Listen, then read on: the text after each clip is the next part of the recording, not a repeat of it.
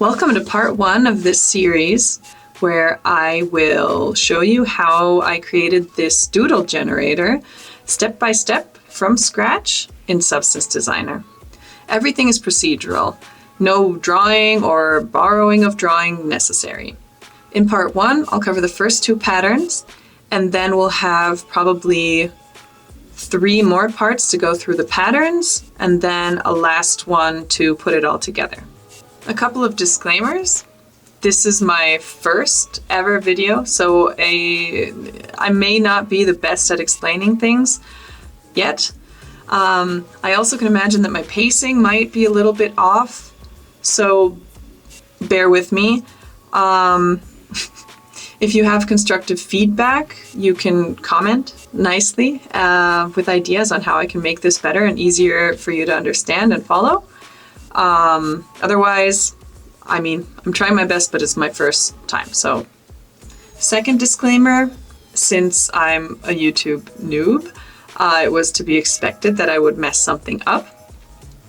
Sadly, the thing I messed up was the quality with which I screen recorded everything. So it's really hard to make out the values that I'm inputting into Substance Designer. So what I did to counter that, instead of refilming everything, was I'll always put the values that I'm putting into each node on the top left of the screen. So it'll probably actually be a lot easier to follow this way than it would have been otherwise, because you don't have to follow me real time. You could technically just skip through to every time that a node appears and just take those values and you'll be fine. So yeah, it was kind of a blessing in disguise, because I think this is something that I'll continue doing in the future, just having the values really, really easily accessible right when I start inputting values into a node, so you don't have to follow my thought process, which can at times get a bit chaotic. So my values while I'm making the material might value slightly to what the values are of what I show you on the top left corner. Just take what's in the top left corner, because those are the values that actually ended up working in the end. So you kind of skip over the actual process of me figuring it out. Those are the values that work. Take those. So enough introduction, let's get to it. So I'll just start by creating a new graph. I'm going to call it wrapping paper thing stuff. This is this is my naming convention for some reason. It always has to be something stupid that I'll regret eventually. I'm gonna start with 2K for the working resolution. I'll eventually bump it to 4K because a lot of there's like really there's little tiny details, and it works a lot better in 4K. But I can bump that eventually. But it's not really a super complex type of graph, so I don't think it's a problem anyway. I'll do metallic roughness for no particular reason. I'll throw away some of the outputs anyway. Yeah, we'll just go with that. Okay, something that I won't be using. I won't use ambient occlusion or height, so I'm just gonna kill those and hope for the best, because I made a PureRef with the entire process, and I know that I'm going to regret some decisions I made while doing this. So here we go. I made a total of 12 patterns, and I'll show you. Yeah, I can't show it right now, but I'll somehow show what the end result looks like. And before I start each pattern, I'll show just like a screenshot of what that specific pattern looks like, so that while I'm making it, you already know why I'm doing things. As I said, there's 12 patterns. I start by making all the patterns, and then I bring them together. So the first one is this one. Whatever, I don't know how I'm gonna edit this. I don't know how to edit yet, so that'll be interesting. Anyway, pattern 1. We will start with stripes. So we're gonna create a stripes node, and we're gonna do a lot. I'll go with 100. And when I say I'll go with 100, I'm actually looking at what I went with a year ago. I am not just making it up right now. Okay, everything else is fine. Then since this is supposed to be doodles that are made by hand, I continuously warp everything I make. So I'm going to start off with a warp node, and I'm going to warp it with a Gaussian noise. Gosh. It's so weird to actually say words that usually you only read. It's like when you're reading a novel and there's names or words in them, and you know, when you know words and you've never said them out loud. How have I never said Gaussian? Whatever. Comment what the, well, I don't know how you would comment how to say that. Whatever. It's fine. It's fine. My Gaussian noise. Now I'm scared of saying it. I took it down a little bit. And then I warped, obviously not with this strength. It's just supposed to be really subtle. So I'm gonna press shift while I move so that I can do it with more precision. And I'm just gonna go with 0.9. Yeah, something like that. And then I don't actually want to have these gradients, so I'm gonna put this through a threshold node. And this is a little bit ridiculous. Something like that. Ugh. Ew. It's okay. It'll be fine eventually. I'll figure it out. Something like that. Okay. So then these are just the stripes, which I want to put in little cells, and then I want to rotate within the cells.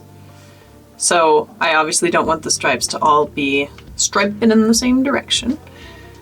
So I'm gonna take a cells 2 with a scale I'm gonna leave.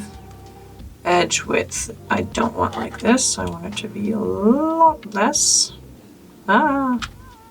Shift is your best friend. Okay, good. Like that. And then we're gonna put that into a flood fill. In case you've never used flood fill, do it. It's so good. I don't know how much I should explain. Am I assuming that people are beginners? Maybe I should. Well, flood fill basically analyzes the input and figures out. Yes, I'm great at explaining. So I think you all know what happens. We understood me. It made sense. You can see here, it finds like the little puddles and puts water in them or something. Maybe? Good. So now that we're done with great explanations, we're going to take a flood fill to grayscale, which allows me to manipulate some parameters. And we're gonna go with very random. Yeah, okay, so the idea now is, as I said, I want to take these stripes and I want to rotate them within these cells all differently. So I want them to all have different rotations. And I can do that with a non-uniform rotation. Yes, great. Okay, so I'll take this, and these cells I'm going to use, or this random luminance, I'm going to use as the rotation map. So the idea here is for the for everything to be rotated. Why is this not more? I think this is more what I'm looking for. I think the threshold, I was messing up my threshold. I want the stripes to be more, that maybe? Okay, now, rotation. We're gonna take this down a bit. And then simultaneously what I wanna do, first of all, I'm gonna want the space between these cells to be white, I think, and I also want to find room for little dots. So I'm going to create dots first of all, and this is going to happen with a tile generator. I'm a big fan of speaking in very, very bad accents that don't really belong to any place in particular. When I'm a little bit nervous.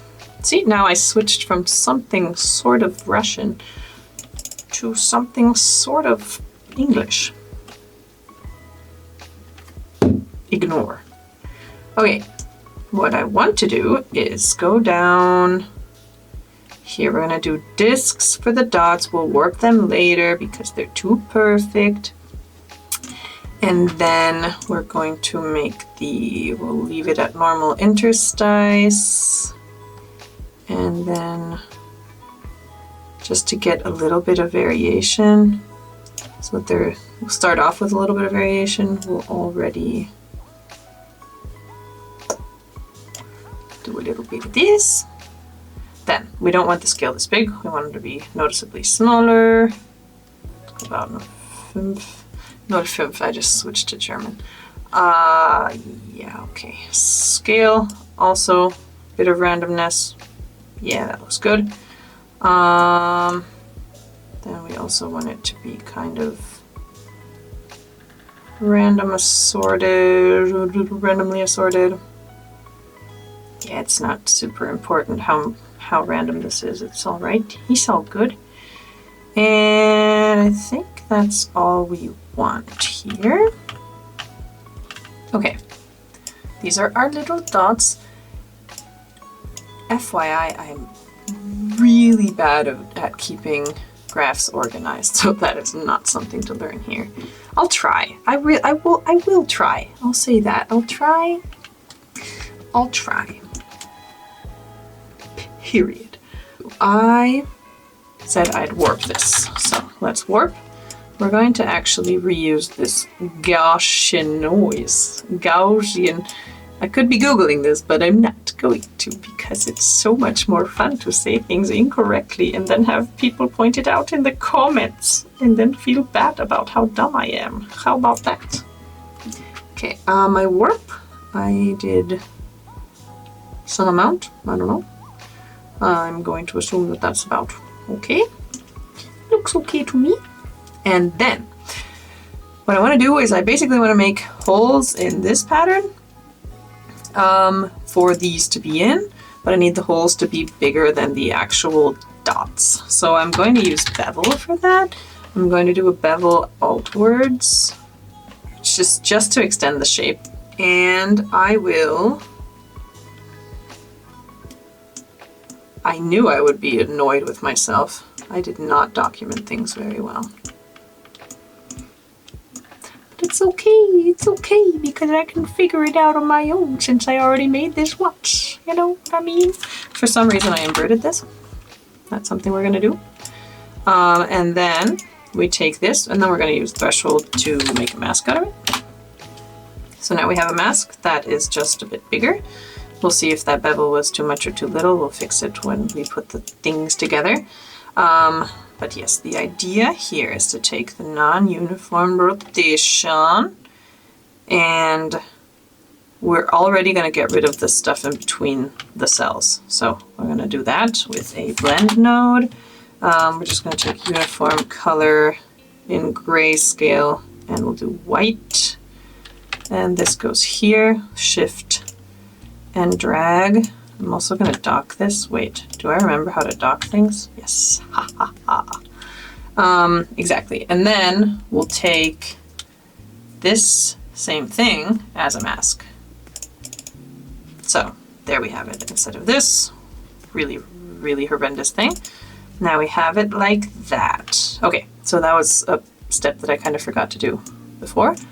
And now we'll bring these two things together.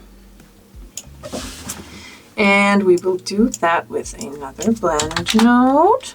I'll leave this down here again, go like this. And I want, no wait, I don't want that. I want these. Yes, I realized that I want them to be black on white. And I only want them to be here. So here I already see that this is too big. I don't want it like that. I want this bevel to be smaller. Oops, wrong direction. Something like that. Just want it to basically be, I want about like this. So it should be even, God, I keep going in the wrong direction. Just a wee bit. Okay. I'll take it, I guess. I think that's fine. Okay, since this pattern is actually going to be pretty huge, or I mean the entire material, I'm going to transform most things. Just double it. Okay, so that is pattern 1. And this is the output for pattern 1. And I'm going to be super organized. And I'm going to put it in a frame and call it pattern 1. And I am super bad at color coding my things. I know that people like to do like one color for height, one color for when you add color and stuff like that. And I try it every now and then and I fail. So I'm just going to go with blue for each one, and it's going to have to be enough. Okay, so we'll go with the next pattern then. Our next pattern is this one. Circles within circles. That's about it. And the way that we're going to do this one is we're going to take an alveolus node. Again, something that I probably don't know how to pronounce. Alveolus. Sounds like magic. Okay, I'm going to tile it by 2 and leave it at that. And then the idea for me in this case is just to use the histogram select to select different parts of the circle. Histogram select. Nope. Histogram select. And we will do it in the following manner.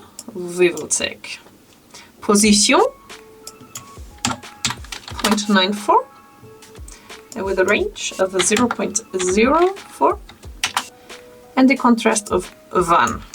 This is our first one. I'm taking 1, 2, 3, 4, 5, 6, 7. I'm making 7. The second one has this is a process, like this is going to go really quick, but obviously when I did this the first time I had to play around with these values, and now I have the values just sitting there for me to look at. So I'm kind of cheating, but the concept is, I hope, understandable, and you'll see what I'm doing with this in a second anyway. Right now it might not make that much sense. The idea is I'm going to subtract parts from each other so that I end up with a black and white concentric circles and stuff. I speak English, I know words. Okay, the next one is 52 and 12. And the next one is 0.16, 0.58. And the next one is 0.27, 192.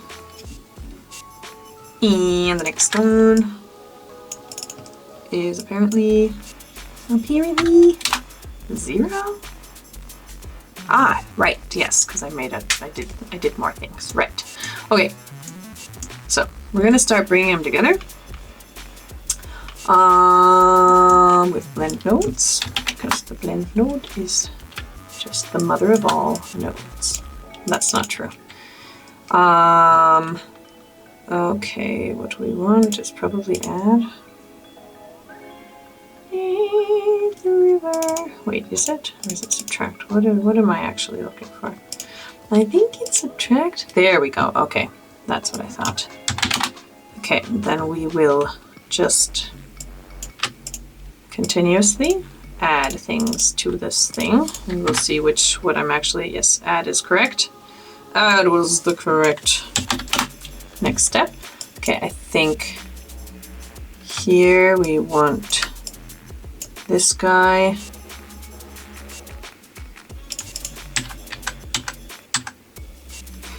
Am I alone in being so bad at at blending modes that I have to just click my way through all the time? I think this is what I'm looking for.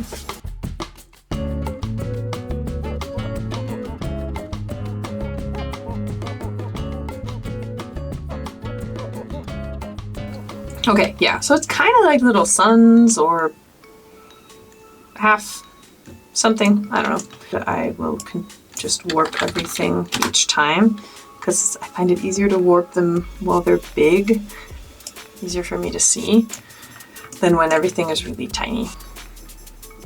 Okay, we'll warp the Gaussian just the way it is, and we'll only warp a teensy bit. Da, da, da, da, da, da. Yeah, that works for me.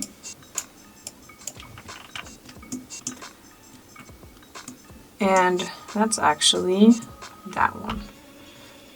Except for, once again, I'm going to transform it divided by 2. Okay, good. That would be frame pattern 0, 2. And then we'll move to pattern 3. Boop.